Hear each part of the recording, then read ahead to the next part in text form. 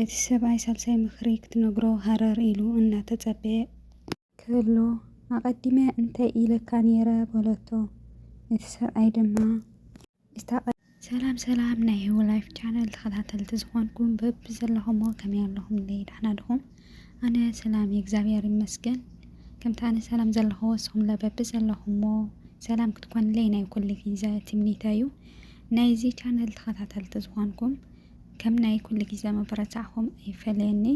ከምቲ ኩሉ ግዜ ትገብሩለይ መበረታዕ ላይክና ሸር ኮመንት ምግባር ኣይትሕመቑ ኢኹም ንትገብሩለይ መበረታዕ እውን ብጣዕሚ እየ ዘመስግን። እግዚአብሔር ይኽበረለይ ናበልክየ ናይዚ ቻነል ቤተሰብ ዘይኮንኩም ደሞ ላይክና ሰብስክራይብ ምግባር ቤተሰብ ኮኑ ኢኹም ኩለኩም ፈቱ።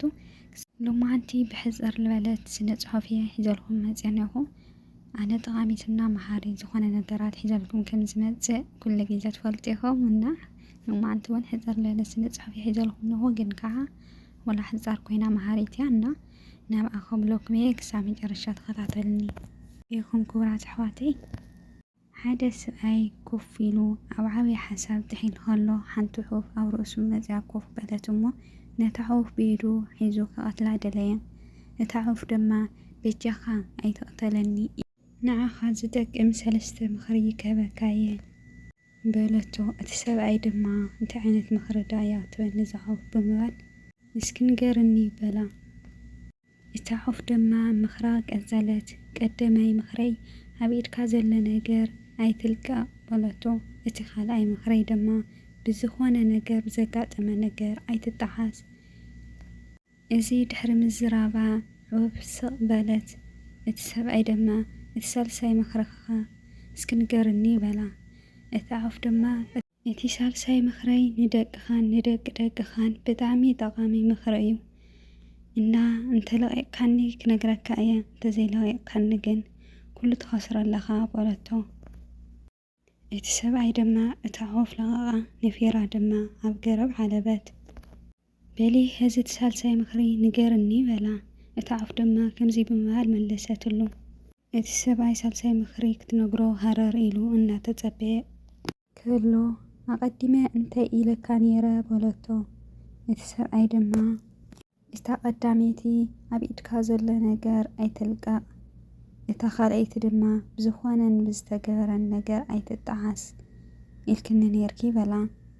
እታ ዑፍ ድማ እወ ከምኡ ኢለካ ነይረ ንስኻ ግን ዝበልኩኻ ነገር ኣይወሰድካን ብሸለልትነት ንዓይ ለቒቕካኒ በለቶ።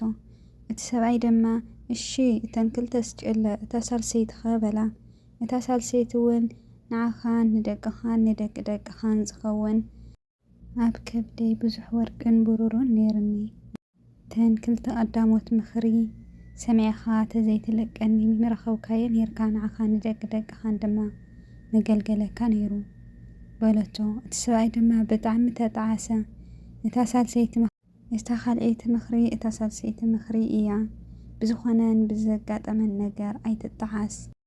ዝኾነ ነገር ክውን እዩ ከይኮነ ክትጥንቀቐሉን ከተስተውለልን ኣለካ። እንተኾይኑ ግን ኮይኑ እዩ ክትመሃረሉ እምበር ክትጠዓሰሉ የብልካን ኢላ ዓብዪ ትምህርቲ ሃወቶ።